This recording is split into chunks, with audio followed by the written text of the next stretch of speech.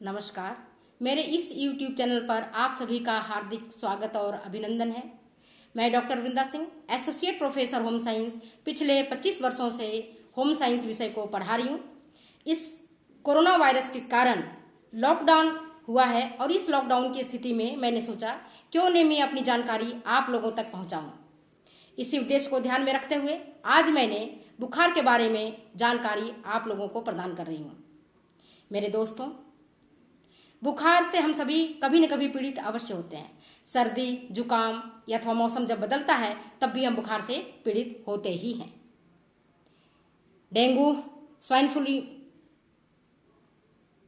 Flu, chikungunya, corona virus जो वर्तमान में आज चल रहा है, आप देख रहे हैं कि ये इनमें भी एक बुखार के लक्षण आता है। तो हम ये जानना चाहेंगे कि बुखार होता क्या है, कब हम समझेंगे कि बुखार है।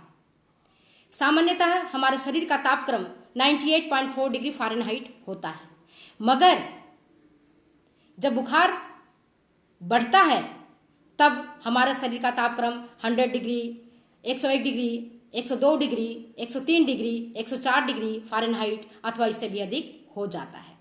और इस स्थिति में स्थितियां बिगड़ जाती है, व्यक्ति मूर्छित हो जाता है, कोमा में कई बार चला जाता है और कई बार उसकी डेथ भी हो जाती है। कई वाइटल ऑर्गन्स उसके डैमेज हो जाते हैं। इसलिए हमें कभी भी बुखार आए तो उसे नज़रअंदाज नहीं करना चाहिए। जितना जल्दी हो सके हमें चिकित्सक से दिखा करके और इलाज लेना चाहिए, दवाइयाँ लेनी चाहिए और अधिकतम से अधिकतम आराम करना चाहिए। बुखार में किसी भी प्रकार का व्यायाम करना निषेध ही समझिए, इसे नहीं करना चाहिए, बल्कि आराम की आवश्यकता है। अब हम देखते हैं कि बुखार कितने प्रकार के होते हैं। बुखार मुख्यतः दो प्रकार के होते हैं। एक होता है तीव्र और दूसरा होता है दीर्घकालिक। तीव्र मतलब जो कम समय के लिए होता है और बुखार की जो टेम्परेचर है वो भी ज्यादा होता है। दीर्घकालिक जैसे कि आपके टीबी में ये बुखार आपको महीनों और वर्षों तक चलता रहता है। जो चेचक, चिकनगुनिया, डेंगू, सर्दी जुकाम के कारण जो बुखार होता है उसे हम तीव्र बुखार कहते हैं। अब हम ये देखते हैं कि बुखार की स्थिति में बॉडी में क्या क्या से परिवर्तन आते हैं। तो सबसे पहले हमारे बॉडी का बेसल मेटाबॉलिक रेट बढ़ जाता है, आधारीय चयापचय दर में वृद्धि हो जाती है। और बॉडी टेम्परेचर अगर 1 डिग्री फ़ारेनहाइट बढ़ता है, उसके मुताबिक प्रति 1 डिग्री फ़ारेनहाइट के अनुसार 7% तक बेसल मेटाबॉलिक रेट में वृद्धि हो जाती है। इस स्थिति में बॉडी में कैलोरी की मांग भी बढ़ जाती है और वो 50% तक मांग बढ़ जाती है, क्योंकि हमारे लीवर में ग्लाइकोजन संग्रहित रहता है। धीमे धीमे वह ग्लाइकोजन खत्म हो जाता है और जब खत्म होगा तो बॉडी का एडिपोस टिश्यू ही टूट करके एनर्जी प्रदान करने का काम करता है। इस कारण शरीर की मांसपेशियां छिन्न हो जाती हैं, दुर्बल हो जाती हैं और व्यक्ति कमजोर और निर्बल हो जाता है। प्रोटीन का मेटाबॉलिज्म रेट बढ़ जाता है और जब प्रोटीन का मेटाबॉलिज्म रेट बढ़ेगा तो उस स्थिति में अमोनिया गैस उत्पन्न होता है, जो लीवर में जाकर के यूरिन बनाता है। उस यूरिन को फिल्टरेशन करने के लिए किडनी को भी अधिक काम करना पड़ता है और किडनी का भी वर्कलोड बढ़ जाता है।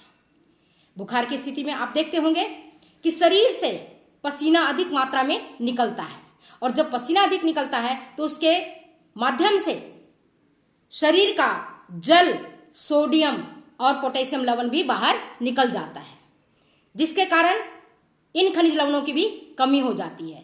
अक्सर आप बुखार में देखते हैं जी मिचलाना, चक्कर आना, भूख नहीं लगना, भोजन के प्रति अरुचि होना, ये सारी बातें आम हैं। इसके बाद आप ये भी देखते हैं कि बुखार की स्थिति में पाचन तंत्र में गड़बड़ी उत्पन्न हो जाती है, पाचन तंत्र वीक हो जाता है। इस कारण भूख नहीं लगती है और भोजन देरी से पचता है। अब हम ये जानना चाहेंगे कि बुखार की स्थिति में हमें किस प्रकार का आहार दिया जाना चाहिए। तो ये देखिए कि जब बुखार आए तो आहार देने से पहले जब तक बुखार नहीं उतरे तब तक हमें तरल आहार ही दिया जाना है। बुखार उतारने के लिए मैं घरेलू उपचार बताती हूं। यदि व्यक्ति को तेज बुखार है तो ठंडी गीली पट्टियां, ठंडी पानी की पट्टियां उसके सिर पर रखें। हाथ पैरों को ठंडे पानी वाली पट्टियों से पोछें और गर्दन के पास और शरीर के विभिन्न अंगों में उनकी गिल्ली पट्टियों से उनको पोछें और तब तक पट्टियां बदलते रहें जब तक कि उसका बुखार उतर नहीं जाए। दूसरी बात, जब बुखार रहता है तो व्यक्ति को तरल आहार दिया जाना चाहिए, क्योंकि ग्लूकोज की मांग बढ़ जाती है, बॉडी में कैलोरी की मांग बढ़ जाती है। तो हर एक 2-2 घंटे के अंतराल पर ग्लूकोज मिला हुआ पानी, ग्लूकोज मिला हुआ दूध, ग्लूकोज मिला हुआ जूस उसे दें। अगर ग्लूकोज घर में नहीं है तो आप चीनी पानी मिला करके उसे दे सकते हैं, शिकंजी बना करके दे सकते हैं। और हर 2 घंटे में उन्हें तरल आहार दिया जाना चाहिए, जिससे कि उसके बॉडी में जो पानी की कमी हुई है, जो सोडियम लवण की कमी हुई है, उनकी पूर्ति होती रहे। और हम ये भी देखते हैं कि जब उनका भोजन के प्रति अरुचि होती है, जब वो खाना ठीक प्रकार से नहीं खा पाते हैं, तो हमें किस प्रकार से और कैसा आहार दिया जाना चाहिए। बुखार की स्थिति में आप देखते हैं कि श्वसन क्रिया मतलब जो सांस है तेजी तेजी से चलने लगता है, सांस की गति बढ़ जाती है, तो फेफड़े को भी ज्यादा काम करना पड़ता है। आप ये देख रहे हैं कि किडनी को भी ज्यादा काम करना पड़ रहा है, फेफड़े को भी ज्यादा काम करना पड़ रहा है। और इस स्थिति में अगर बुखार लंबे समय तक चला तो व्यक्ति के स्वास्थ्य पर बहुत ही बुरा असर डालता है। कई बार ये स्थिति फैटल हो जाती है, कई बार कोमा में चली जाती है, जैसा कि आपने देखा है।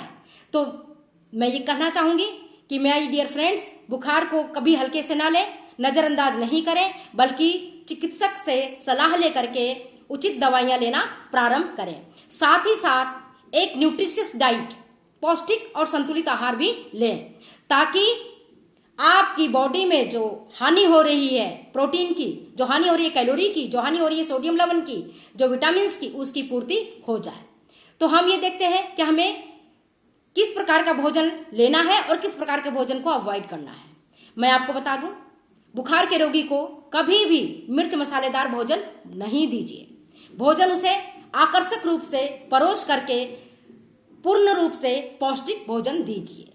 तीसरा है, आहार सुपाच्य और नरम दीजिए, क्योंकि कठोर चीजों को वो नहीं पचा पाएगा, नहीं उसे वो खा पाएगा। अब अगर हम आहार नियोजन करते हैं तो पूरे दिन में देखते हैं कि हमें किस प्रकार का आहार हमें दिया जाना है बुखार की रोगी को। तो सबसे पहले प्रातः काल जब रोगी सो करके उठे तो उसे एक गिलास दूध में 1 या 2 चम्मच ग्लूकोज अथवा चीनी डाल करके उसे दूध दीजिए। अगर वो दूध नहीं पीना चाहता है, चाय पीने का आदी है, चाय पहले से पीता रहा है, तो उसे चाय और चाय के साथ 2 नमकीन बिस्किट अथवा ये दूसरी बिस्किट जो उसे पसंद है उस तरह के बिस्किट उसे दीजिए।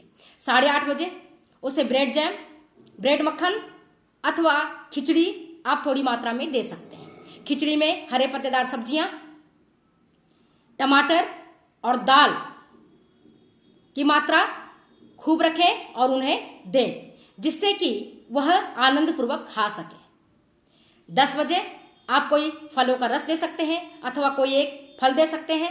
फल को अगर देना है, अगर एप्पल दे रहे हैं तो उसके छिलकों को उतार करके दीजिए, क्योंकि छिलका सहित फल वह नहीं पचा पाएगा, क्योंकि आप जानते हैं कि उसका डाइजेस्टिव सिस्टम अभी कमजोर हो गया है और रेशेदार भोजन डाइजेस्टिव ऑर्गन्स को और भी ज्यादा नुकसान पहुंचाता है, अब भोजन डाइजेस्ट नहीं हो पाता है। 12 बजे उसे टमाटर का सूप दे सकते हैं अथवा मौसमी का रस दीजिए, उसमें थोड़ी मात्रा में ग्लूकोज डाल दीजिए अथवा थोड़ी चीनी डाल दीजिए, जिससे कि उसे एनर्जी मिलता रहे। और जब उसे एनर्जी मिलता रहेगा तो पेशियां शरीर की हैं वो नहीं टूटेंगी, एडिपोस टिश्यू का क्षय नहीं होगा और उसे अच्छे प्रकार से भोजन मिलता रहेगा। इसी प्रकार से 2 बजे उसे खाने में, अगर रोगी की स्थिति ठीक है, अगर उसे भूख लग रही है, तो आप उसे रोटी, दाल, चावल, दही और कोई भी उबली हुई सब्जियां उसकी पसंद की, क्योंकि व्यक्ति की खाने की अपनी अपनी आदतें होती हैं। अगर पूर्व में वो सब्जी अगर व्यक्ति नहीं पसंद करता है, अगर बुखार की स्थिति में वही सब्जी आप दोबारा देंगे तो वह बिल्कुल भी नहीं खा पाएगा। इसलिए उनकी पसंद की सब्जी को ध्यान में रखते हुए कम मिर्च मसाले युक्त भोजन दिया जाना चाहिए। इसी प्रकार से आप 4 बजे आप कोई फल दें या शिकंजी दे सकते हैं अथवा अनानास का रस दीजिए। जो भी मौसम के फल उपलब्ध हैं वही फल और उसका ही रस बना करके रोगी को दिया जाना चाहिए। इसी प्रकार से 5:30 बजे आप चाय दें। चाय के साथ आप चाहे तो टोस्ट दे सकते हैं और नमकीन बिस्किट दे सकते हैं अथवा उसकी पसंद की कोई और भी बिस्किट जिसे वो खाता रहा है वह आप दे सकते हैं। रात में सोते समय रोटी सब्जी, मूंग की पतली दाल, पर दाल जो बनानी है वो छिलके वाली नहीं बनानी है, बिना छिलके की मूंग की दाल आप उसे दे सकते हैं। साथ ही खाने से पहले उसे आप टमाटर का सूप दें जिससे कि उसका भूख बढ़े और वो भोजन को खा सके। रात में सोते समय उसे दूध दें, दूध में प्रोटीन एक्स डालें, उसमें आप चाहे तो ग्लूकोज डालें अथवा चीनी डालें। पर ध्यान रखें कि रोगी को हर 2 घंटे के अंतराल पर पानी और पानी में चीनी अथवा ग्लूकोज और उसमें थोड़ी सी नींबू डाल करके आप दीजिए, तरल आहार दीजिए, जिससे कि उसके शरीर में पौष्टिक तत्वों की मांग बढ़े। अब आप ये देखते हैं जैसे कि मैंने आपको पूर्व में बताया कि उसके शरीर में vitamin C, vitamin B1, vitamin B2 और नियासिन की मांग बढ़ जाती है। अगर विटामिन सी की कमी हो जाएगी तो उसे उसकी इम्यूनिटी पावर कम हो जाएगी और रोग रोधक क्षमता अगर कम हो जाती है तो उसे दूसरे प्रकार की भी बीमारियां घेर लेती हैं। बुखार अगर लंबे टाइम तक रह गया, 1 सप्ताह तक रह गया या इससे ज्यादा थोड़ा रह गया तो न्यूट्रिशनल डेफिशिएंट डिजीज भी उसे हो जाते हैं। जैसे विटामिन ए की कमी से आंखों से संबंधित रोग, रतौंधी हो सकता है, अंधता जैसी रोग हो सकती है। विटामिन सी की कमी से स्कर्वी रोग हो सकता है, कोई त्वचा का रोग हो सकता है। विटामिन B1 की कमी से बेरी रोग हो सकता है। इसी प्रकार से नियासिन की कमी से पेलाग्रा रोग हो सकता है। तो जिन न्यूट्रिएंट्स की कमी हो जाएगी उससे संबंधित रोग हो जाएगा। प्रोटीन कैलोरी की कमी से भी रोग हो सकते हैं। ये रोग की स्थिति और व्यक्ति के उम्र पर भी निर्भर करता है। इससे बचाव के लिए आहार में प्रचुर मात्रा में विटामिन सी युक्त भोजन देना चाहिए। अब आप ये जानना चाहेंगे कि विटामिन सी किन किन भोज्य पदार्थों में मिलता है।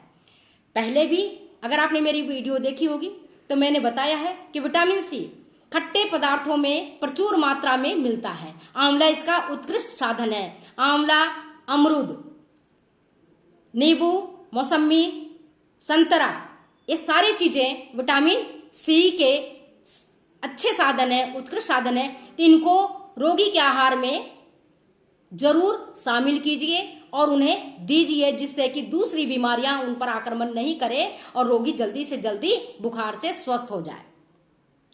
इसी प्रकार से विटामिन B1, B2 और नियासिन की पूर्ति के लिए ड्राई ईस्ट, शुष्क खमीर में इसकी मात्रा अधिक होता है, तो आप इन्हें दें।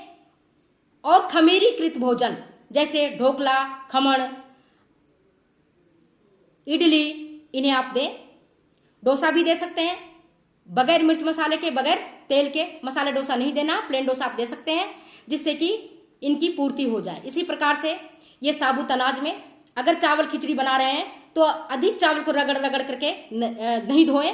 ऐसा धोने से विटामिन B1, B2 का नाश हो जाता है।